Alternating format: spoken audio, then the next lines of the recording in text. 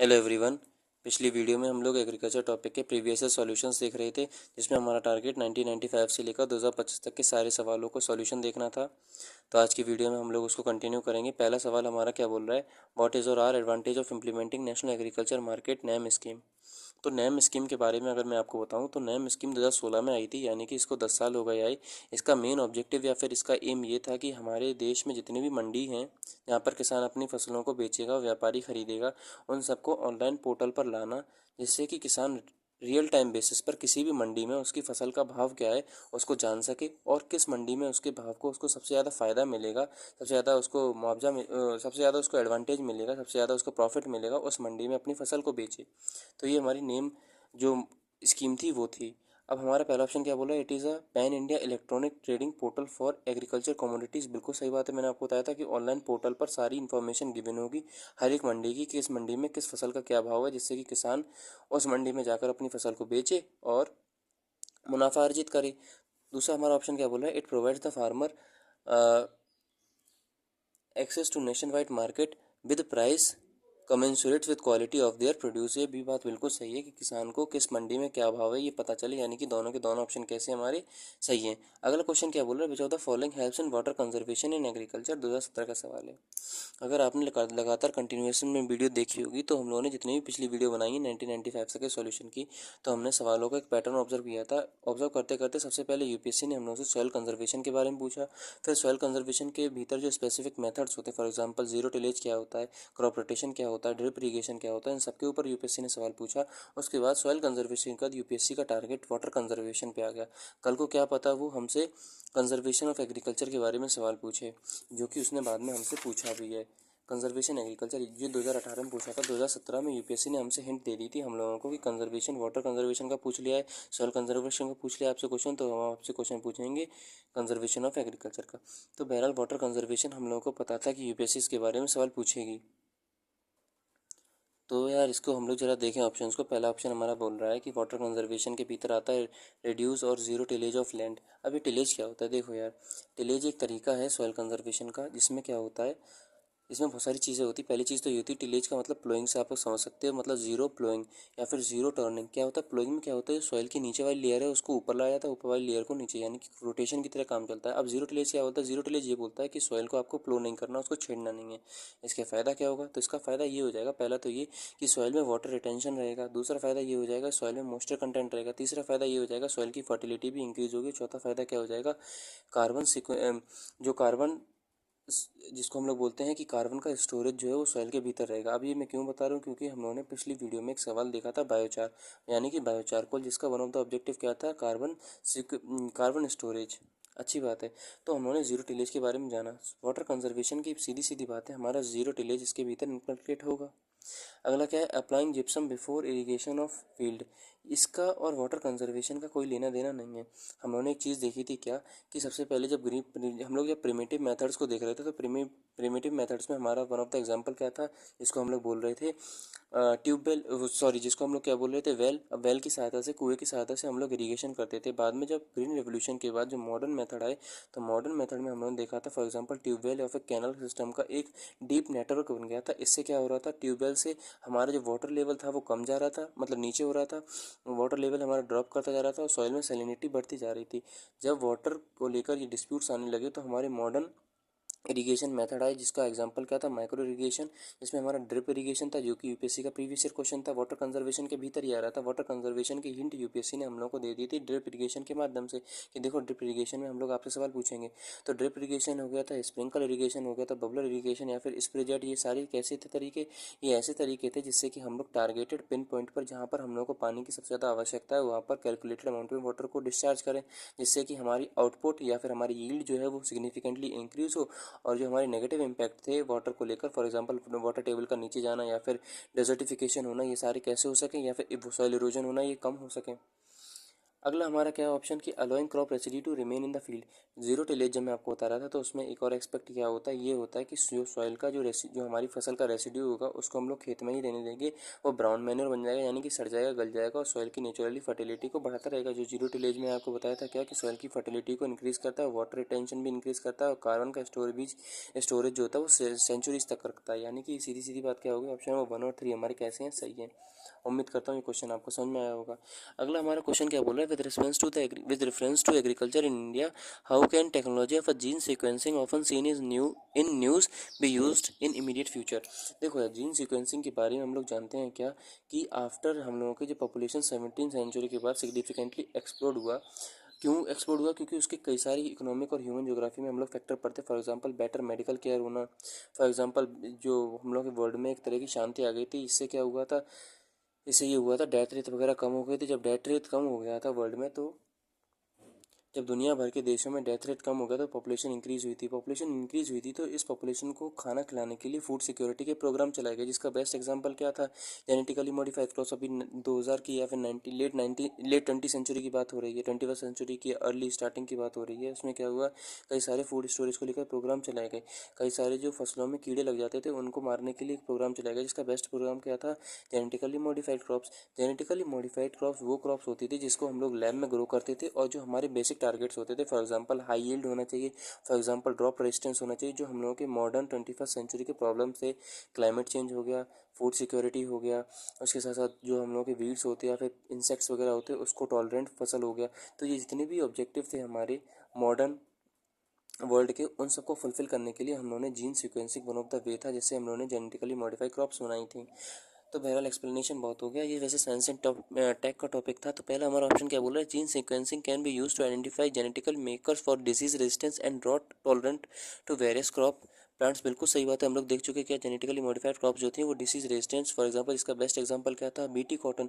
BT cotton ऐसी cotton थी जो कि बॉलवर्म नाम का एक कीड़ा होता है कॉटन में, वो क्या हो जाएगा, वो हमारी कॉटन को इम्पैक्ट नहीं कर पाएगा। यानी कि ऑप्शन नंबर 1 हमारा कैसा था, सही था।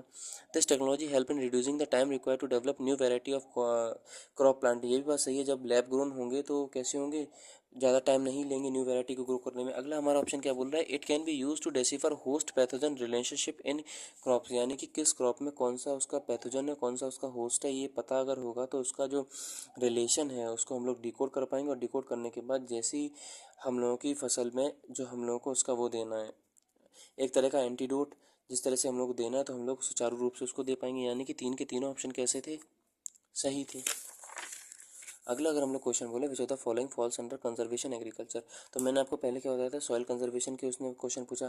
फिर सॉइल कंजर्वेशन में स्पेसिफिक जो चीज़ें आती, फॉर एग्जांपल क्रॉप रोटेशन किसे बोलते हैं, फॉर एग्जांपल टेरेस फार्मिंग किसे बोलते हैं, फॉर एग्जांपल बायोचार क्या होता है, यूपीएससी ने उसके स्पेसिफिक क्वेश्चन पूछा। उसके बाद वाटर कंजर्वेशन पे आ गया, वाटर कंजर्वेशन क्या होता है, उसके एडवांटेजेस क्या होते हैं, ड्रिप इरीगेशन क्या होता है, कल को दूसरे इरीगेशन का तरीका पूछ ले। अब वो कंजर्वेशन एग्रीकल्चर पे क्या गया, तो ये क्या होता है मैं आपको लिख के दिखा दे रहा हूँ। तो देखो यार, जब हम लोग इसकी बात करते हैं कंजर्वेशन एग्रीकल्चर की, कंजर्वेशन एग्रीकल्चर की बात करते हैं, मैं शॉर्ट में लिख दे रहा हूँ, कंजर्वेशन एग्रीकल्चर की बात करते हैं तो ये एक हमारा सस्टेनेबल, अब सस्टेनेबल तो हम लोग जानते हैं कि development should be in such a way that the need of future generation can be meet. यानी कि प्रेजेंट जनरेशन का भी डेवलपमेंट हो, फ्यूचर जनरेशन जो है उसे कॉम्प्रोमाइज़ ना करना पड़े, उसे हम लोग सस्टेनेबल डेवलपमेंट बोलते हैं। तो एक सस्टेनेबल फार्मिंग सिस्टम था जिससे कि फ्यूचर जनरेशन भी इसका यूज उठा पाए। सस्टेनेबल फार्मिंग सिस्टम था जो कि मेन 3 पिलर्स पर फोकस करता है। इसके मेन 3 कोर पिलर्स हैं जिसके ऊपर, या इसके 3 मेन प्रिंसिपल्स हैं जिसके ऊपर ये फोकस करता है। 3 इसके मेन सिद्धांत हैं जिसके ऊपर ये फोकस करेगा। कौन से कौन 3 सिद्धांत है, पहला सिद्धांत ये होता है कि minimum soil disturbance. Minimum soil के साथ हम लोगों को बहुत ही कम, जितना कम हो सके उतनी छेड़छाड़ करनी, जिसको हम लोग ब्रैकेट में टिलेज बोल सकते हैं। कि जो टिलिंग होती है उसको, यानी कि जो प्लोइंग होता है उसको हम लोगों को डिस्टर्ब, उसको नहीं करना है, यानी कि मिनिमम सॉइल को डिस्टर्ब करना है, कंजर्वेशन एग्रीकल्चर होता है। दूसरा इसका ये पिलर होता है कि हम लोगों को परमानेंटली सॉइल को कवर करना है। परमानेंट सॉइल कवर किससे, जो हम लोग का रेसिड्यू होता है जिसको हम लोग ब्राउन मैन्योर या फिर ग्रीन मैन्योर बोले, उससे करना है। तीसरा हम लोग को क्या होता है जिसको हम लोग बोलते हैं क्रॉप रोटेशन, यानी कि मोनोटोनस सिंगल क्रॉप नहीं करनी बल्कि क्रॉप का रोटेशन करता रहना है, one crop after another crop after another crop. अब क्रॉप में कैसी होनी चाहिए, डाइवर्सिफिकेशन होनी चाहिए। अच्छी बात है। अब इसका फ़ायदा क्या था? तो देखो यार, अगर फटाफट को एक समरी देखूँ तो कंजर्वेशन एग्रीकल्चर क्या होता है? एग्रीकल्चर को बचाना। उसके तीन मेन पिलर हैं। कैसे? सॉइल को छेड़ो मत, सॉइल को कवर रखो, और क्रॉप रोटेशन, यानी कि फसलों में कैसा होना चाहिए? वेरिएशन होना चाहिए, सेम फसल नहीं होनी चाहिए। अब इसका फ़ायदा क्या है? पहला तो फ़ायदा ये हो जाएगा कि वाटर रिटेंशन। अब वाटर न्यूट्रिएंट या फिर वाटर रिटेंशन कैसा होगा? इंक्रीज होगा। कैसे? हमने जो टिलिंग देखा था, टिलिंग का वन ऑफ द एडवांटेज क्या था? कि सॉइल की फर्टिलिटी होगी, सॉइल में वाटर रिटेंशन ज़्यादा होगा, सॉइल में कार्बन सीक्वेंस जो कार्बन का स्टोरेज होगा वो भी होगा। और इरोजन कैसा होगा? इसमें इरोजन जो होगा वो भी हमारा कैसा हो जाएगा? रिड्यूस हो जाएगा। और तीसरी बात क्या, कि जो लेबर है वो कैसा हम लोगों का सेव्स होगा, मतलब हम लोगों का जो मेहनत है वो कैसा हो जाएगा? बचेगा। जो हम लोग की मेहनत है वो कम होगी। इससे क्या होगा? इससे जो क्लाइमेट चेंज है वो भी कैसा रहेगा? कंट्रोल होके रहेगा। क्लाइमेट चेंज को भी क्या करेगी? कंट्रोल एड्रेस करके रखेगी। अब यार हम लोगों को एक बात समझ में आ गई कि कंजर्वेशन एग्रीकल्चर क्या होता है। इसके साथ साथ एक और बात उठती है, क्वेश्चन मेरे मन में आया कि कंजर्वेशन एग्रीकल्चर तो ठीक है, थोड़ा बहुत तो समझ में आ गया। एक बात तो जो कन्वेंशनल तरीका है हमारा एग्रीकल्चर का, कन्वेंशनल एग्रीकल्चर जिसको बोलते हैं, और जो आप बता रहे हो conservation agriculture, CONSERVATION, conservation agriculture, इन दोनों में डिफरेंस क्या होता है? तो इन दोनों का डिफरेंस बहुत सिंपल है। क्या? कंजर्व जो कन्वेंशनल एग्रीकल्चर की बात करते हैं तो इसमें पता क्या होता है? कन्वेंशनल एग्रीकल्चर में हम लोग एग्रीकल्चर प्रैक्टिसेस जो होती हैं हम लोगों की, वो डोमिनेट कर जाती हैं, वो सुपीरियर हो जाती है। किससे? नेचर से। इसमें क्या होता है? हम लोग नेचर के साथ हारमोनी बना के प्रैक्टिस करते हैं, यानी कि लीस्ट इंटरफेरेंस विद नेचर। इसमें नेचर को डोमिनेट कर दिया जाता है। इसमें लीस्ट इंटरफेरेंस विद नेचर, या फिर हम लोग नेचर के साथ हारमोनी बना के रखते हैं, हारमोनी विद नेचर। जब आप इसका दूसरा पॉइंट देखोगे तो इसका दूसरा पॉइंट ये होता है कि टिलेज या फिर सॉइल इरोजन जो होता है वो कैसा होता है? बिल्कुल मिनिमम या फिर ना के बराबर होता ही नहीं। इसमें क्या होता इसमें होता है, सॉरी, इसमें क्या होता है? इसमें नहीं होता है। सॉइल टिलेज या फिर सॉइल इरोजन कन्वेंशनल तरीके में तो होता है, इसमें नहीं होता है। तीसरा पॉइंट देखें तो हम लोग क्या करते हैं? जो रेसिड्यू होता है हम लोग का, हम लोग उसको जला देते हैं। हम लोगों ने इसका बेस्ट एग्जांपल क्या देखा? पराली जलाना, जो कि हम लोग हर साल न्यूज़ में पढ़ते हैं। इसमें क्या होता है? हम लोग रेसिड्यू को बर्न नहीं करते, बल्कि हम लोग क्या करते हैं? रेसिड्यू को परमानेंट सॉइल कवर, यानी कि रेसिड्यू को हम लोग क्या करते हैं? कवर करके रखते हैं। रेसिड्यू को कवर करके रखते हैं। इससे क्या हो जाता है? सॉइल की जो फर्टिलिटी होती है वो मेंटेन होकर रहती है। इसमें क्या होता है? हमारा ग्रीन मैन्योर होता है। मैंने आपको पिछली बार बता चुका हूँ कि मैन्योर फर्टिलाइजर में डिफरेंस क्या होता है, और हमारा ग्रीन मैन्योर और ब्राउन मैन्योर क्या होता है। ब्राउन मैन्योर वो होता है जो सड़ा गला होता है। मैन्योर ग्रीन मैन्योर कौन सा होता है? ग्रीन मैन्योर वो मैन्योर होता है जो कि हम लोगों की फसल जो होती है उसको हम लोग मिट्टी में ही गोड़ देते हैं। इससे क्या होता है? सॉइल की जो फर्टिलिटी होती है वो मेंटेन होकर रहती है। वैसे मैं पिछली वीडियो में बता चुका हूँ, अगर आप लोग चाहो तो उसे देख लेना। इधर हमारा ग्रीन मैन्योर होता है, इधर हमारा ब्राउन मैन्योर होता है। ब्राउन मैन्योर का फायदा ये हो जाता है कि जो फसल होती है उसका रेसिड्यू वहीं पे डला डला सड़ता रहता है, गलता रहता है। इससे सॉइल की फर्टिलिटी मेंटेन होकर रहती है। इधर क्या हम लोग करते हैं? सिंगल क्रॉप करते हैं। इधर हम लोग क्या करते हैं? जो हम लोग बता चुके हैं, क्रॉप रोटेशन या फिर इंटर क्रॉपिंग करते रहते हैं। इसको हम लोग रिले क्रॉपिंग के नाम से भी जानते हैं, रिले फार्मिंग के नाम से भी जानते हैं। तो मैंने आपको conservation agriculture, conventional agriculture, conservation agriculture, इनका डिफरेंस बता दिया। तो जो मैंने बताया कि देखो क्वेश्चन में अपवर्ड मोनोकल्चर प्रैक्टिस, बिल्कुल सही बात है। अडॉप्टिंग मिनिमम टिलेज देख चुके तीन पिलर में से, यानी कि दूसरा ऑप्शन तुम्हारा सही होगा, सही होगा तैयार, यानी कि ये ऑप्शन या फिर ये ऑप्शन या ये option. Using crop residue to cover soil surface, ये भी हम लोग देख चुके, 2 और 4 सही है। तो यानी कि या फिर ये या फिर ये। अगला क्या है? Avoid cultivation of plantation crops. ऐसा तो हमने कुछ पढ़ा नहीं, अगर ऐसा पढ़ा नहीं तो यही आंसर है। अगला क्या? Adoption of the spatial and temporal soil crop sequencing और क्रॉप रोटेशन। क्रॉप रोटेशन भी हम लोग देख चुके हैं, यहीं कहीं लिखा होगा क्रॉप रोटेशन, यानी कि हमारा जो पॉइंट नंबर 5 है वो भी कैसा सही? तो 2, 3, 2, 4, 5 कैसा होगा? हमारा सही आंसर होगा। जो हमने सीखा है वो उसी के बेस पर पूरा क्वेश्चन आ गया। अगला हमारा क्वेश्चन क्या बोल रहा है? Which of the what are advantage of fertigation in agriculture. Fertigation का एग्जांपल क्या होता है? तो देखो यार, जब हम लोगों ने देखा था माइक्रो इरीगेशन, माइक्रो इरीगेशन में हम लोगों ने एक चीज़ देखी थी क्या, कि माइक्रो इरीगेशन में वन ऑफ द एग्जांपल्स का क्या था? Drip irrigation. ड्रिप इरीगेशन में क्या होता है? बूंद बाय बूंद पानी जो होती है वो टारगेटेड क्रॉप की जो क्रॉप की रूट्स होती है उस पर दी जाती है। इससे फ़ायदा क्या हो जाएगा? इससे ये फ़ायदा हो जाएगा कि वाटर का क्या होगा? वेस्टेज बहुत कम होगा, सॉइल की सैलिनिटी मेंटेन होकर रहेगी, और ये फ़ायदा हो जाएगा कि प्लांट्स की जो यील्ड है, जो उसका आउटपुट है, वो कैसा हो जाएगा? सिग्निफिकेंटली इंक्रीज हो जाएगा। जब हम लोग इसकी फर्टिगेशन की बात करते हैं तो हम लोग क्या करते हैं?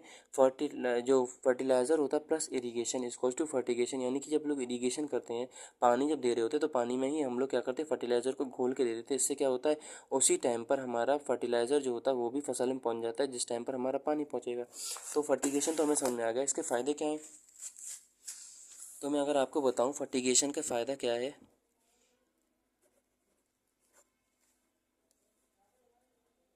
तो फर्टिगेशन के बहुत सारे फ़ायदे होते हैं। पहला क्या, कि जो न्यूट्रिएंट का जो एब्जॉर्प्शन है, न्यूट्रिएंट का जो एब्जॉर्प्शन है वो कितना? तकरीबन 80 से 90% बढ़ जाता है।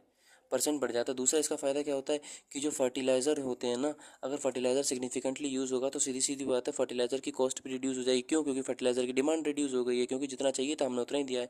यानी कि तकरीबन 25% या उससे ज़्यादा फर्टिलाइज़र की कॉस्ट कैसी हो जाती है, रिड्यूस हो जाती है। इससे हमारी पैदावार भी बढ़ती है। कितनी? तकरीबन 25 से 50% हमारी पैदावार भी बढ़ जाती है। क्यों? क्योंकि ये टाइमली होता है, ये प्रिसाइज होता है, हमारा जितना चाहिए उतना होता है, और ये हमारा कैसा होता है, यूनिफॉर्म होता है। ऐसा नहीं होता है कि कहीं पर ज़्यादा फसल ज़्यादा खाद लग गई, कहीं पर कम खाद लग रही। कैसी लग रही है? यूनिफॉर्म रेट में लगती है। इससे क्या होता है, हमारी जो फसल होती है वो कैसी होती है, ज़्यादा आउटपुट आता है। इसके एडवांटेजेस क्या क्या हो गए फर्टिगेशन के? तो इसके एडवांटेजेस की अगर आप बात करोगे तो पहला तो ये हो गया हाई एफिशिएंट होता है, अच्छी बात है, हाई एफिशिएंसी होगी। दूसरा कैसा होता है, कॉस्ट इफेक्टिव होता है। अगला क्या होता है, इंक्रीज यील्ड करेगा। और अगला क्या होता है, सॉइल की जो हेल्थ होगी वो भी कैसी रहेगी, मेंटेन होकर रहेगी। क्यों? क्योंकि सॉइल इरोजन होगा नहीं, हम लोग टारगेटेड उतना ही पानी देंगे जितना प्लांट को चाहिए। अगर हम सवाल को देखें तो सवाल हमसे क्या बोल रहा है कि which are the following is are advantages of agriculture. Fertigation के एडवांटेज होता है, controlling the alkalinity of irrigation water is possible, efficient application of rock phosphate. ये तो उन्होंने पढ़ा नहीं, यानी कि ऑप्शन नंबर 2 नहीं होगा। तो पहला भी नहीं, दूसरा भी नहीं और चौथा भी नहीं, यानी कि ऑप्शन नंबर सी कैसा हो गया हमारा, सही हो गया। आगे हम लोग को पढ़ने की जरूरत है ही नहीं। अगला हमारा क्वेश्चन क्या बोल रहा है, which are the following is are advantage of zero tillage in agriculture. देखो, जीरो टिलेज 2017 का एक ऑप्शन था जो कि 2020 का एक सवाल बन गया। यानी कि आज का ऑप्शन कल का सवाल है। इसका एग्जांपल क्या है? इसका एग्जांपल ये है कि जब आप इसका आराम से देखोगे, कार्बन जो जो लिखा है सीक्वेंस्टेशन, इसका मतलब वही कार्बन स्टोरेज होता है जो मैं जितनी देर से आपको बता रहा था। एक यूपीएससी ने 2020 में सवाल पूछा था बायोचार के ऊपर, जो पिछली वीडियो में बता चुका हूँ। बायोचार क्या होता है, हम लोग अगर इसको वापस रिपीट करें तो बायोचार मतलब बायो चारकोल एक प्रोसेस होती है जिसको हम लोग बोलते हैं पायरोलाइसिस। अब पायरोलाइसिस क्या होता है, पायरोलाइसिस वो प्रोसेस होती है जिसके द्वारा प्लांट्स जो होते हैं वो अब जो ऑर्गेनिक मैटर होता है हम लोग उसको ऑक्सीजन फ्री इन्वायरमेंट में उसको बर्न करते हैं, जिससे कि जो एक हमारा फ्यूल बन के आता है उसको हम लोग बायोचार बोलते हैं। इससे सॉइल की फर्टिलिटी जो होती है वो इंक्रीज होती है, वाटर रिटेंशन कैपेसिटी इंक्रीज होती है और कार्बन स्टोरेज भी कैसा होता है, सेंचुरीज तक रहता है। यानी कि वो उसका ऑप्शन इसका ऑप्शन सेम है, यानी कि कल को वो कार्बन जो स्टोरेज है या फिर जो कार्बन सीक्वेंस्टेशन है इसके ऊपर क्वेश्चन बना सकता है।